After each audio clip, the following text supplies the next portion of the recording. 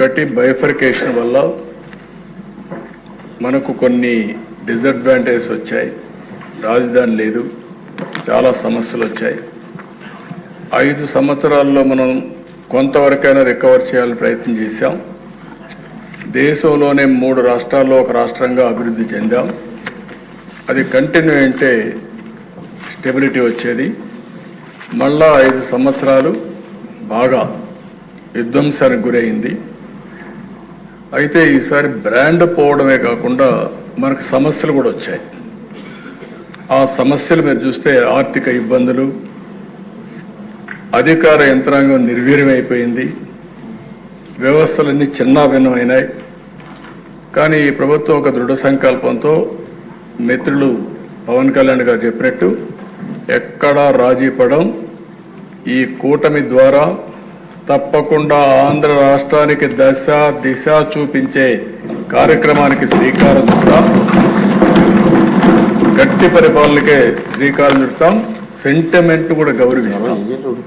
పొట్టి శ్రీరాములు గారి యొక్క ఏదైతే ఆత్మ త్యాగం చేశారో, బలిదానం చేసుకున్నారో, ఆ రోజున డిసెంబర్ వస్తుంది.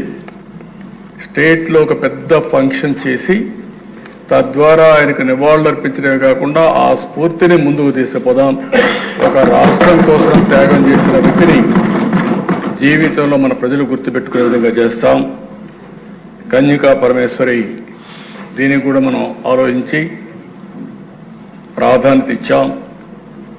ఇంకొక పక్కన ఎప్పుడో స్వాతంత్రం రాక మునుపు డొక్కా సీతమ్మ ఏదైతే గోదావరి దాటి ఆ సైడ్ వస్తే ఎంతమంది వస్తే అంతమందికి ఆమె స్వయంగా వంట చేసి పెట్టి లాంతర పెట్టుకొని వాళ్ళకు రిసెప్షన్ ఇచ్చింది. రాత్రిలో వచ్చినా ఎప్పుడొచ్చినా స్వాగతం పలికింది. అలాంటి స్ఫూర్తి ఇప్పుడు కూడా ఈస్ట్ గోదావరి ఏ మారుమూల గ్రామానికి వెళ్ళినా డొక్కా సీతమ్మ గారిని గుర్తుపెట్టుకుంటారు. అందుకే మిడ్ డే మీల్ స్కీమ్కి ఆవిడ పేరు అక్కడ పెట్టాం. ఇది ఒక మన పూర్వీకుల్ని మనం గౌరవించుకుంటే మనల్ని మనం గౌరవించుకుంటూ అవుతుంది. అలాంటి సెంటిమెంట్స్ అన్ని కాపాడుకునే బాధ్యత తీసుకొస్తాం. ఇంకో పక్క రాష్ట్రంలో మాకు ఎవ్వరికి కూడా ఇక్కడ అనుమానం లేదు, నాకంటే ఎక్కువ గట్టిగా ఉన్నాడు పవన్ కళ్యాణ్ గారు. ఎక్కడైతే ఈ సోషల్ మీడియాలో కానీ లేకపోతే గంజాయి కానీ ఎవరైతే అరాచకాలు చేస్తున్నారో అరాచక శక్తుల్ని పూర్తిగా కట్టడి చేయాలని డిటర్మినేషన్ వరకు ఉంది. నేను ఒకటే, వారి ద్వారా మేమిద్దరం కూడా హామీ ఇస్తున్నాం, ప్రజలకు హామీ ఇస్తున్నాం. రాజీ పడం, సంఘ విద్రోహక శక్తుల్ని అరికడతాం. ఎవరైనా సోషల్ మీడియా ద్వారా ఏ ఆడబిడ్డని అవమానం చేసే విధంగా ప్రవర్తిస్తే అదే చివరి రోజు వాళ్ళు గుర్తుపెట్టుకోమని మరొక్కసారి హెచ్చరిస్తున్నా. ఈరోజు గౌరవప్రదంగా ఇక్కడికి వచ్చేది ప్రజా జీవితంలో ప్రజా సేవ చేయాలనుకుని వస్తాం.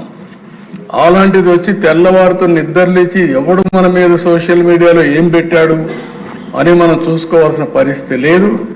రాజకీయాన్ని రాజకీయంగా ఛేదిద్దాం.